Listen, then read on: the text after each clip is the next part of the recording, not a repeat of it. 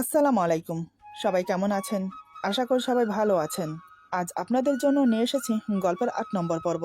আশা করি গল্পটি আপনাদের ভালো লাগবে। তাহলে চলুন শুরু করা যাক। এইটা শুনে সবাই তো হাক্কা বাক্কা রয়ে গেল। বিয়ের আগে মানে? রাফির কথা কারো মাথায় ঢুকছে না। মা বাবার তো নাই। এরপর রাফি গিয়ে ছেলেটাকে বাড়ির ভেতরে নিয়ে আসতেই হঠাৎ আমার চোখ ছেলেটার দিকে পড়তেই আমার যেন পুরো মাথাটাই ঘুরে গেল। পায়ের নিচ থেকে যেন মাটি সরে গেল। এই ছেলেটা এখানে কেন? তার মানে কি রাফি ফোনে এর কথা বলছিল? কিন্তু রাফি তো সবই জানে এই ছেলের ব্যাপারে। তাহলে কি করে ও সাপোর্ট করছে ওদের? আমার মাথায় কিচ্ছু আসছে না। আমি বেশ অবাক হয়ে বললাম, রাফি ও। আমার মুখের কথা শেষ হলো না, তার আগে রাফি ওর ঠোঁটে আঙ্গুল রেখে ইশারায় চুপ হয়ে যেতে বলল। তাই আমি আর কোনো কথা বললাম না। এদিকে রাইসা মাথা নিচু করে দাঁড়িয়ে আছে। মা বাবা দুজনই অবাক। বাবা রাফিকে উদ্দেশ্য করে বলে, ছেলেটা কে বাবা? রাফি ছেলেটার কাঁধে হাত রেখে বলে, আপাতত ও এবারের মেহমান, পরে না হয় পরিচয় পর্ব হবে, আগে সবাই একসাথে বসে খাওয়া দাওয়া করে নেই। মা বলে, ঠিক আছে বাবা। এই বলে মা রান্নাঘরে চলে গেল। এদিকে আমার মাথায় দুশ্চিন্তা ভর করেছে। আমার চিন্তিত মুখ দেখে রাফি আমার কাছে এসে আমার কাঁধে হাত রেখে বলে, চিন্তা করো না, পরে তোমাকে সব বুঝিয়ে বলছি। তোমার কাছে অনুরোধ, সবার সামনে ছেলেটাকে হেও করো না। এমনিতে ও একটু ঘাবড়ে আছে। আমি লক্ষ্য করলাম, সত্যি ছেলেটা ঘাবড়ে আছে, মাথা নিচু করে দাঁড়িয়ে আছে। তাই আমি নিজেকে স্বাভাবিক করে বললাম, ঠিক আছে, ওকে বসতে বলো। রাফি মুচকি এসে বলে, এই তুমি দাঁড়িয়ে কেন? বসো। রাফির কথা মতো ছেলেটা এক কোণে বসে পড়ল। রাইসা রুমে চলে গেল। রুমে গিয়ে ছেলেটাকে নিয়ে ভাবতে লাগলো। আজ আসার পথে কি কি ঘটেছে সেটাই ভাবতে লাগলো। রাইসা যখন নিজে থেকে ছেলেটাকে ফোন করলো, তখন রাইসার ফোন পেয়ে ছেলেটা খুব খুশি হয়ে যায়। রাইসা ফোন করে যখন বলল, তুমি কোথায়? ছেলেটি বলে, আমি তো বাসায়। কি হয়েছে? কোনো সমস্যা? রাইসা বলে, তুমি কি করে বুঝলে আমার কোনো সমস্যা হয়েছে? ছেলেটি মুচকি এসে বলে, সমস্যা না হলে তুমি আমাকে এমনি এমনি ফোন করতে না। এখন বলো কি হয়েছে? রাইসা বলে, আমি বাড়ি যাব, কিন্তু আমি একা যেতে পারবো না, তুমি আমাকে বাড়িতে দিয়ে আসো। এই কথাটা শুনে ছেলেটা যেন আসমানের চাঁদ হাতে পেল। মেঘনা চাইতেই বৃষ্টি। আজকের দিনে জানি না কার মুখ দেখে উঠেছি। এই ভেবে ছেলেটা বলে, তুমি ওয়েট করো, আমি কিছুক্ষণের মধ্যেই আসছি। এই বলে ফোন কেটে দিল। তারপর রাইসার পছন্দের শার্ট পরে রেডি হয়ে বেরিয়ে পড়ল। আসার সময় রাস্তার পাশ থেকে রাইসার জন্য গোলাপ ফুলের তোড়া আর চকলেট কিনে নিল। প্রায় বেশ কিছুক্ষণ পর রাইসার হোস্টেলের সামনে পৌঁছে গেল। সে নিজের গাড়ি নিয়ে এসেছে। গাড়ি থেকে নেমে রাইসার সামনে গিয়ে দাঁড়িয়ে ফুলগুলো বাড়িয়ে দিয়ে বলে, এগুলো তোমার জন্য। রাইসা কোনো দ্বিধা না করে ফুলগুলো হাতে নেয়। তারপর ছেলেটা পকেট থেকে ওর পছন্দের চকলেট বের করে দেয়। এতে করে রাইসা খুব অবাক হয়। মনে মনে বলে, এ তো দেখছি আমার কি পছন্দ না পছন্দ সব খবর রাখে। এত খবর পেল কোত্থেকে? ছেলেটা বলে, কি হলো, চকলেটটা নাও। রাইসা চকলেট হাতে নিল। রাইসা বলে, তুমি গাড়ি নিয়ে কেন এসেছ? আমি তো ভাবলাম বাসে করে যাব। ছেলেটা বুঝতে পারলো রাইসা ঠিক ভরসা করতে পারছে না ওকে। তাই ছেলেটা বলে, কোনো সমস্যা না, তুমি যেভাবে যেতে চাও সেভাবে নিয়ে যাব। গাড়ি না হয় এখানে কোনো গ্যারেজে রেখে আসব। রাইসা বুঝতে পারলো ওকে ভরসা করা যেতে পারে। রাইসা বলে, না না, কোনো সমস্যা না, আমরা গাড়ি করেই যাব। এই কথা শুনে ছেলেটা দেরি না করে ওর ব্যাগপত্র ডিকি খুলে ডিকিতে রেখে পেছনের দরজা খুলে দেয়। এটা দেখে তো রাইসা খুব রেগে যায়। মনে মনে বলে, সামনের সিটের দরজা চোখে পড়ে না, পেছনের দরজা বুঝি চোখে পড়েছে। রাইসা বলে, আমাদের সাথে কি আর কেউ যাবে? ছেলেটা বলে, আর কেউ যাবে মানে? না না, কেউ যাবে না। রাইসা বলে, তাহলে সামনের সিটে আমি বসবো। এটা শুনে তো ছেলেটা আরো খুশি হয়ে যায়। সে গিয়ে সামনের দরজা খুলে ধরে দাঁড়ায়। তারপর রাইসা সিটে বসলে দরজা লাগিয়ে সে নিজের সিটে গিয়ে বসে। আজ যেন তার সবকিছু স্বপ্নের মতো লাগছে। যাকে সে ভালোবাসে সে আজ তার গাড়িতে তার পাশে বসে আছে। ছেলেটা গাড়ি চালাতে শুরু করলো। কিছু দূর গিয়ে ছেলেটা বলে, তুমি খেয়েছো কিছু? রাইসা বলে, দুপুরে খাবার খেয়েছি। ছেলেটা বলে, এখন তো বিকেল, কিছু খাবে? রাইসা বলে, না, কিছু খেতে ইচ্ছে করছে না। ছেলেটা রাইসার মুখ দেখে বুঝতে পারলো কিছু খেতে চাইতে সংকোচ করছে। কিছুটা দূরে গিয়ে একটা দোকানের সামনে দাঁড় করালো। রাইসা বলে, এ কি, এখানে দাঁড় করালে কেন? ছেলেটা বলে, তুমি 1 মিনিট বসো, আমি আসছি। এই বলে ছেলেটা দোকানে গিয়ে রাইসার জন্য চকলেট, চিপস, কিছু ঠান্ডা পানীয় আর আইসক্রিম নিয়ে এলো। রাইসা দেখে তো অবাক, এই ছেলেকে না বললেও বোঝে কি করে যে আমার এখন কি খেতে ইচ্ছে করছে। সত্যি এমন ওয়েদারে আইসক্রিম খেতে খুব মন করছিল। রাইসা থাকতে না পেরে বলেই ফেলল, এই তুমি বুঝলে কি করে আমার এখন আইসক্রিম খেতে ইচ্ছে করছিল? ছেলেটা রাইসার দিকে তাকিয়ে বলে, ভালোবাসি তোমাকে আমি।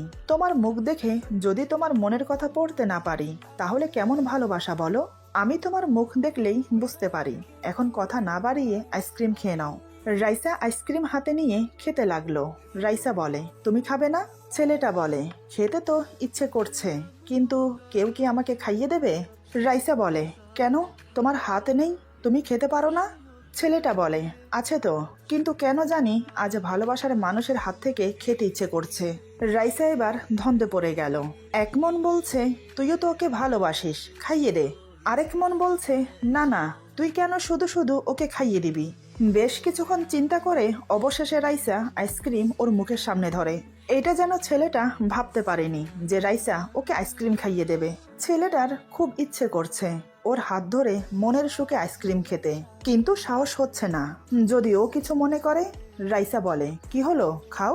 ছেলেটি বলে, যদি কিছু মনে না করো একটা কথা বলি। রাইসা বলে, বলো।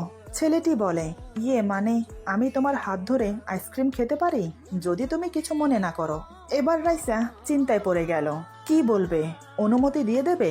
মাথা নিচু করে রাইসা বলে, কথাটা শুনে ছেলেটার মুখে চোরা হাসি খেলে গেল। দেরি না করে ওর হাতের উপর হাত রেখে রাইসার মুখের দিকে তাকালো।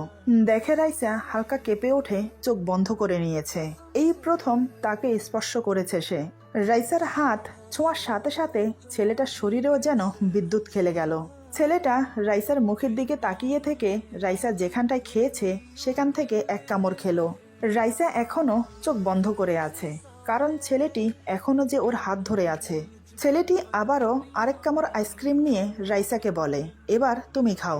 এই বলে আইসক্রিম রাইসার মুখের সামনে ধরে, কিন্তু এখনো ছেলেটি রাইসার হাত ধরে আছে। রাইসা ধীরে ধীরে চোখ খুলে দেখে ছেলেটি ওর দিকে তাকিয়ে আছে। ছেলেটি বলে, আইসক্রিম গলে যাচ্ছে, খাও। রাইসার বুঝতে বাকি রইল না যে ছেলেটি খাইয়ে দিতে চাইছে ওকে। সে না করতে পারল না। ছেলেটির হাত থেকে আইসক্রিম খেলো, তাও আবার ছেলেটি যেদিক দিয়ে খেয়েছে সেদিক দিয়ে। এবার দুজন ভাগাভাগি করে আইসক্রিম শেষ করলো।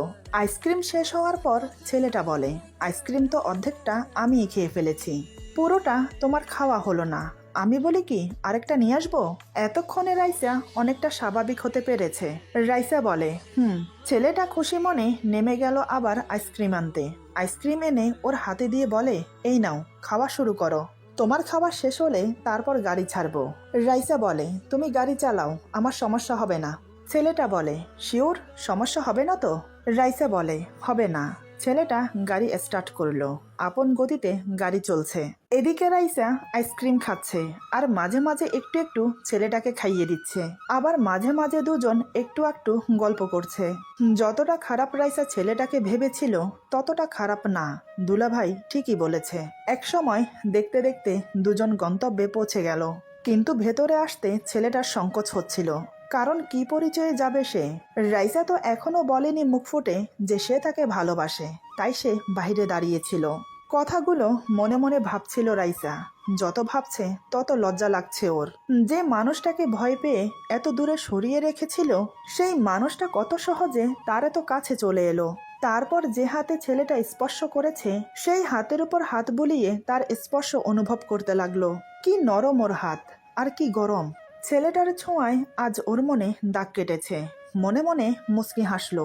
রাইসা আয়নায় নিজেকে দেখে বিড়বিড় করে বলে, আজ বলবো তোমাকে আমার মনের কথা, আর দূরে রাখবো না। তুমি যেমনই হও আমার কিচ্ছু যায় আসে না, আমার শুধু তোমাকেই চাই। বিড়বিড় করে কথাগুলো বলে দু হাতে মুখ লুকালো। এদিকে সবাইকে খাওয়ার জন্য মা ডাকলো। আমরা সবাই আজ একসাথে খেতে বসেছি। আমি রাফির পাশে বসেছিলাম, মা বাবার পাশে, শুধু রাইসা আমার পাশে বসেছে, আর ছেলেটি রাফির অপর পাশে বসেছে। তারপর আমার ছোট ভাই বসেছে। রাফি বুদ্ধি করে বলে, রাইসা তুমি অনেক বাবার পাশে বসে খেয়েছো, আজ বাবার পাশে তোমার বোনকে বসতে দাও। আসলে রাইসার অপর পাশে বাবা বসেছিল। কথাটা বলে রাইসাকে একটা চোখটিপি মারলো। রাইসা ব্যাপারটা বুঝতে পারলো, আর ব্যাপারটা আমার চোখেও এড়ালো না। কেন রাফি একথা বলেছে সেটাও বুঝতে বাকি রইল না। রাইসা উঠে গেল। রাইসার জায়গায় আমি বসলাম। আমার পাশে রাফি, রাফির পাশে ছেলেটি, ছেলেটির পাশে রাইসা, তারপর ছোট ভাই মা বাবা। রাফি বলে, এবার ঠিক আছে, খাওয়া শুরু করো। তারপর রাফি ফিসফিস করে ছেলেটাকে বলে, নাও ভাই, তোমারটাকে তোমার পাশে বসিয়ে দিয়েছি, এবার সবার আড়ালে একটু রোমান্টিক মুহূর্ত কাটাতে পারো কিনা দেখো। দেখলাম রাফির কথা মতো ছেলেটা প্রত্যেকটা সুযোগ কাজে লাগাচ্ছে। যখনই মা বাবা একটু অন্যমনস্ক হয়েছে তখনই ছেলেটা নিজের পাতের মাংস রাইসাকে দেয়, আর রাইসা সেটা পরম তৃপ্তিতে খাচ্ছে। এসব দেখে আমার বুঝতে বাকি রইল না এরা দুজন একে অপরকে ভালোবাসে। কিন্তু ছেলেটা যে ভালো না, নেশা করে, জুয়া খেলে, আর নজরও ভালো না। ও বলতে তো ভুলেই গেছি, ছেলেটাকে, ছেলেটা আর কেউ না, আমাদের বাড়িওয়ালার ভাগ্নে পিয়াস। হ্যাঁ, এই ছেলেটার নাম পিয়াস। কয়েক বছর আগে মাকে হারিয়েছে, তারপর বাবা আরেকটা বিয়ে করে। বিয়ের পর সৎ মাকে নিয়ে আলাদা হয়ে যায় বাবা। ছেলের কোনো খবরই রাখে না, তার জন্য ছেলে খারাপ ছেলেদের পাল্লায় পড়ে বকে যেতে সময় লাগলো না। যাই হোক, এই সেই ছেলে যে আমার দিকে খারাপ নজরে তাকাতো, সেই ছেলে কিনা এখন আমার বোনকে ভালোবাসে, আর তাতে সাপোর্ট করছে রাফি। কিন্তু কিভাবে, মাথায় কিছু আসছে না আমার। এদিকে আমার আর রাফির মধ্যে এখনো মান অভিমানের পালা চলছে। রাফি খুব চাইছে আমাকে সবার সামনে খাইয়ে দিতে, মা বাবা আছে তাতে কি হয়েছে। নিজেকে অনেক রুখে রাখার চেষ্টা করছে, কিন্তু পারছে না। সে আট পাঁচে না ভেবে সবার সামনে আমাকে খাইয়ে দেওয়ার জন্য এক লোকমা ভাত মুখের সামনে ধরলো। সবাই দেখেও না দেখার ভান করে খেতে লাগলো। আমি ওর চোখে চোখ রাখলাম। রাফি মলিন মুখ নিয়ে আমার দিকে তাকিয়ে আছে। আমি সবার দিকে এক নজর চোখ বুলিয়ে খেয়ে নিলাম। কিন্তু অভিমানের পরদ যে অনেক ভারী, এত সহজে কমবে না। খাওয়া দাওয়া শেষ করে সবাই ড্রয়িং রুমে বসলো। তারপর রাফি বাবাকে বলে, বাবা, এ হচ্ছে পিয়াস, আমাদের বাড়িওয়ালার ভাগ্নে। ওর মা নেই, বাবা আছে, তবে নিজের বাড়িতে কম থাকে, বেশিরভাগ মামার বাড়িতে থাকে। বুঝতেই তো পারছেন, আদর যেখানে বেশি পায় সেখানেই থাকে। টাকা পয়সা গাড়ি বাড়ির কোনো কিছুর অভাব নেই। পড়াশোনা মাস্টার কমপ্লিট করেছে। এবার আসি আসল কথায়। রাইসা যখন আমাদের বাড়িতে প্রথম যায় তখন থেকে এই ছেলেটা রাইসাকে পছন্দ করে। তারপর থেকে ভালোবাসতে শুরু করে। কিন্তু রাইসা ওকে পছন্দ করলেও ওর কিছু বাজে অভ্যাসের জন্য ওর ভালোবাসা অ্যাকসেপ্ট করে না। বাজে অভ্যাস বলতে, ওর মা মারা যাওয়ার পর থেকে আজে বাজে ছেলেদের সাথে মিশে নেশা জুয়া খেলায় জড়িয়ে পড়ে। শাসন করার মতো কেউ না থাকলে যা হয় আর কি বাবা। কিন্তু ছেলে হিসেবে খুবই ভালো। রাইসা ওকে বলেছে, তুমি যদি তোমার বাজে অভ্যাসগুলো ছাড়তে পারো তবে তুমি আমার কাছে এসো, তবে তার আগে না। তারপর থেকে ছেলেটি নিজেকে পরিবর্তন করতে শুরু করে। নিজেকে পরিবর্তন করতে সময় লাগে বাবা। এখন আল্লাহর রহমতে অনেকটা শুধরে গেছে। এই তো চাকরির জন্য অ্যাপ্লাই করেছে। কাল ওর ইন্টারভিউ আছে আমার অফিসে। 100% শিওর ওর চাকরিটা হয়ে যাবে। বাবা বলে, কিন্তু বাবা, এগুলো তুমি আমাকে কেন বলছো?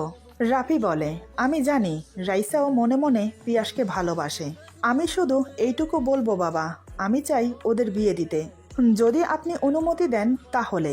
আপনার অনুমতি ছাড়া আমি তো কিছু করতে পারবো না। বাবা বলে, দেখো বাবা, মেয়েটি আমার, কিন্তু তার চেয়ে বড় কথা হলো তুমি তার বড় ভাই। বড় ভাই ছোট বোনের জন্য যেটা ভালো মনে করবে সেটাই করবে। এখানে আমার আপত্তি থাকার কথা না, তুমি যেটা ভালো মনে করো, কারণ আমি তোমার কথাকে সম্মান করি। বাবার কথা শুনে রাফি বলে, আপনাকে ধন্যবাদ বাবা আমার কথা রাখার জন্য। তাহলে পিয়াস এবার খুশি তো? পিয়াস লজ্জায় মাথা নিচু করে শুধু মাথা নাড়ল, আর রাইসা লজ্জা পেয়ে রুমে চলে গেল। এদিকে আমি তো কিছুই বুঝতে পারছি না, সবকিছু যেন মাথার উপর দিয়ে যাচ্ছে। কি হচ্ছে এসব? কথা শেষ হলে পিয়াস উঠে দাঁড়িয়ে বলে, আমাকে এখন যেতে হবে। এমনিতে রাত অনেক হয়ে গেছে দেখে বাবা বলে, সে কি, এত রাতে তুমি ঢাকায় ফিরবে কি করে? আজ এখানে থেকে যাও, ভোরে উঠে চলে যেও। পিয়াস বলে, মানে থাকতে পারবো না বাবা, কারণ সকাল 9টায় ইন্টারভিউ। রাফি বলে, বাবা যখন বলছে থেকে যাও। তারপর পিয়াসের কানের কাছে ফিসফিস করে বলে, তোমার ভাবিকে যখন প্রথমবার দেখতে এসেছিলাম তখন আমিও থেকে গিয়েছিলাম। তারপর দারুণ একটা রোমান্টিক মুহূর্ত কাটিয়েছি তোমার ভাবির সাথে। থেকে যাও ভাই, ভাগ্যে থাকলে তোমারও হতে পারে। পিয়াস বলে, সে ভাগ্য আমার নেই, কারণ ইন্টারভিউ যদি না থাকতো তাহলে আমি ইচ্ছে করেই থেকে যেতাম। তবে যাওয়ার আগে একবার অন্তত রাইসার সাথে দেখা করার সুযোগ করে দাও, তাতেই হবে। ওদের ফিসফিসানি শেষ করে রাফি বলে, বাবা, জোর করে লাভ নেই, কালকের ইন্টারভিউটা খুবই গুরুত্বপূর্ণ, তাই সকালবেলা জার্নিং করে গিয়ে ইন্টারভিউ দিতে সমস্যা হবে, তার চেয়ে ভালো ওকে যেতে দেওয়াই ভালো। বাবা বলে, ঠিক আছে, তবে বাবা সাবধানে যেও। এই বলে বাবা চলে গেল, সাথে মাও চলে গেল। আমার ছোট ভাই বলে, আর আমি থেকে কি করব, আমিও যাই। এই বলে সেও চলে গেল। ড্রয়িং রুমে রয়ে গেলাম আমি, রাফি আর পিয়াস। রাফি বলে, রাইসা ওই রুমে আছে, দেখা করে তারপরে যাও। পিয়াস আমার মুখের দিকে একবার তাকিয়ে মাথা নিচু করে নিল। রাফি বুঝতে পেরে বলে, আরে ভয় পাচ্ছ কেন, তোমার আপু কিচ্ছু মনে করবে না, তুমি যাও। তারপর পিয়াস মাথা নিচু করে সোজা চলে গেল রাইসার রুমে। দরজা খোলাই ছিল, শুধু দরজার সামনে একটা পর্দা ঝোলানো ছিল। গ্রাম অঞ্চলে এমনই, প্রত্যেকটা দরজার সামনে একটা করে পর্দা ঝোলানো থাকে। পিয়াস পর্দা সরিয়ে ভেতরে প্রবেশ করলো। এবার আমি কথা না বলে আর থাকতে পারছি না। আমি বললাম, কি হচ্ছে এসব, তুমি জানো ছেলেটা কতটা খারাপ, তারপরও তুমি এই সিদ্ধান্ত নিচ্ছ কিভাবে? একটা খারাপ ছেলের সাথে আমি আমার বোনকে বিয়ে দেব না। রাফি বলে, দাঁড়াও, আমি একটু বাইরে থেকে আসছি, তারপর তোমাকে সব বলছি। এই বলে রাফি বেরিয়ে গেল। রাফি বেরিয়ে যাওয়ার পর আমার মন খচখচ করছে। ছেলেটা রাইসার সাথে রুমের ভেতরে কি করছে? খারাপ কিছু করছে না তো? মনের মধ্যে খুঁতখুঁতানি যেন আরো বেড়ে যাচ্ছে। এদিকে পিয়াস রুমে প্রবেশ করতেই রাইসা ওকে দেখতে পেল। পিয়াস মাত্র বলতে যাবে কিছু, কিন্তু তার আগেই অপ্রত্যাশিতভাবে রাইসা ছুটে এসে ওকে জড়িয়ে ধরে কান্না করে দেয়, যেটা পিয়াস একদম আশাই করেনি। রাইসা বলে, সরি, আমাকে ক্ষমা করে দাও, আমি তোমাকে অনেক কষ্ট দিয়েছি, অনেক বাজে বাজে কথা শুনিয়েছি, কিন্তু তারপরও তুমি আমাকে ভালোবাসো, আমার থেকে আরো ভালো ডিজার্ভ করো তুমি, কিন্তু তারপরও আমার মতো একটা সাধারণ ঘরের মেয়েকে তুমি ভালোবাসো, আর আমি কি বোকা, বারবার তোমাকে অপমান করে ফিরিয়ে দিয়েছি, সরি। এদিকে পিয়াস দ্বিধায় পড়ে গেল, ওকে জড়িয়ে ধরবে কিনা, কিন্তু মন যে মানছে না। পিয়াস থাকতে না পেরে জড়িয়ে ধরে বলে, যা হবার হয়ে গেছে, এখন সরি বলে কোনো লাভ নেই, আর এমনিতেও ভালোবাসা পেতে হলে একটু কষ্ট করতে হয়, কষ্ট করে ধৈর্য ধরে থেকেছি বলেই তো তোমাকে পেয়েছি, আর কি চাই আমার? তবে আজ আমার থেকে বেশি সুখী আর কেউ নেই এই দুনিয়াতে। কেন জানো? কারণ আজ আমি ভাবতে পারিনি আজকের দিনটা আমার জন্য এত সুখময় হবে। জানি না দুপুরে আজ কার মুখ দেখে ঘুম থেকে উঠেছি। ঘুম থেকে উঠে ওয়াশরুম থেকে ফ্রেশ হয়ে বেরিয়ে আসতেই তোমার ফোন আসে। তোমার ফোন আসার পর থেকেই আমার সাথে সব ভালো হচ্ছে। আজ তুমি নিজে থেকে আমাকে অনেক বড় দায়িত্ব দিলে, তোমাকে তোমার বাড়িতে নিয়ে আসতে। তারপর নিজে থেকে আজ আমার গাড়িতে উঠলে, তাও আবার আমার পাশের সিটে। রাইসা বলে, ওই সিট আমার, কেউ বসলে পা ভেঙে দেব। রাইসার কথা শুনে পিয়াস হো হো করে হেসে বলে, আরে পাগলি, ওই সিট তোমার, আমার যা আছে সব তোমার, আমিও তোমার। তুমি জানো আমি তোমাকে কত ভালোবাসি? আমি যখন আইসক্রিম খাওয়ার জন্য তোমার হাত স্পর্শ করেছি, সত্যি বলতে আমি তোমাকে বলে বোঝাতে পারবো না, আমার তখন অন্যরকম একটা অনুভূতি হয়েছিল। আমি জানি সেই একই অনুভূতি তোমার মধ্যেও হয়েছে। আর তুমি যখন লজ্জায় চোখ বন্ধ করে নিয়েছিলে, আমি তো তোমার দিক থেকে চোখ সরাতে পারছিলাম না। আল্লাহর দরবারে আমি লাখ লাখ শুকরিয়া জানাই। আমি না চাইতেও আজ তিনি আমাকে অনেক দিয়েছেন। তোমাকে আমার বুকের মাঝে পেয়ে আমি ধন্য। এভাবে সারা জীবন আগলে রাখবো তোমাকে। তুমি থাকবে তো আমার সাথে? এদিকে আমি আর ধৈর্য ধরে থাকতে পারছি না। বারবার কেন জানি মনে হচ্ছে একটু পর্দা সরিয়ে উকি মেরে দেখি ওরা কি করছে। শেষ পর্যন্ত থাকতে না পেরে পর্দা ধরে উকি মারতে যাব, তখনই রাফি আমার কাঁধে হাত রেখে বলে, এই কি করছো? ওদের একটা প্রাইভেসি আছে, বোঝো না কেন?